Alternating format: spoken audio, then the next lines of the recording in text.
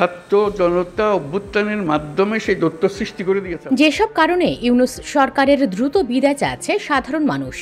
ইউনূস সরকারের বিদায়ের দাবি সাধারণ গণমানুষের জন্য সময়ের ব্যাপার।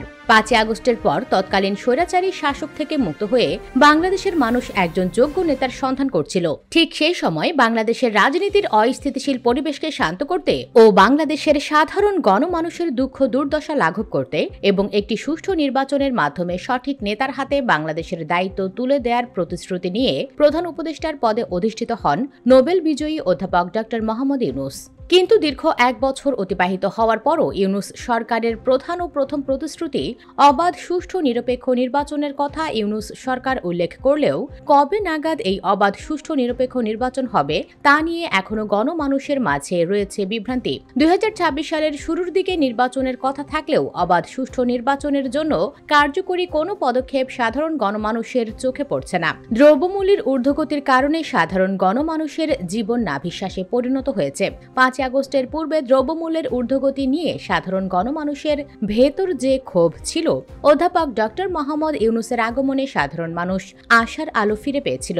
সাধারণ গণমানুষ ডক্টর মোহাম্মদ ইউনূসের কাছে প্রত্যাশা করেছিল নিত্য প্রয়োজনীয় দ্রব্যের দাম নিয়ন্ত্রণে আনবে। কিন্তু 1 বছর পার হয়ে গেলেও সাধারণ মানুষের কাছে দ্রব্যমূল্যের ঊর্ধ্বগতি যেন এক প্রহসন। আওয়ামী সরকারের সময় সন্ত্রাস ও অবৈধ কার্যকলাপ যেমন মাথা চাড়া দিয়ে উঠেছিল, ইউনূস সরকারের আগমনে সাধারণ মানুষ স্বপ্ন দেখে বাংলাদেশে ন্যায় বিচার প্রতিষ্ঠিত হবে, দুর্নীতি দমন করা সম্ভব হবে। কিন্তু বাস্তবতা ভিন্ন।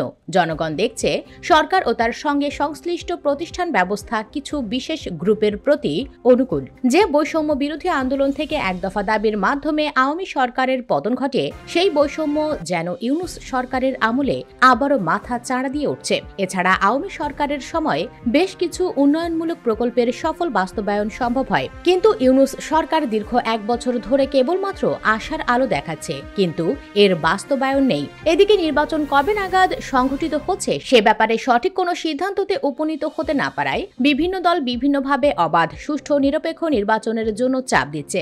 এতে করে দেশের উন্নয়নমূলক প্রকল্পের কাজ স্থবির হচ্ছে, অর্থনৈতিক উন্নয়নে ব্যাঘাত ঘটছে, দ্রব্যমূল্য নিয়ন্ত্রণে রাখা ও আইন শৃঙ্খলার নিয়ন্ত্রণের রাখা জটিল হয়ে পড়ছে। রাজনৈতিক অস্থিতিশীলতা পুরো দেশকে পঙ্গু করে দিচ্ছে।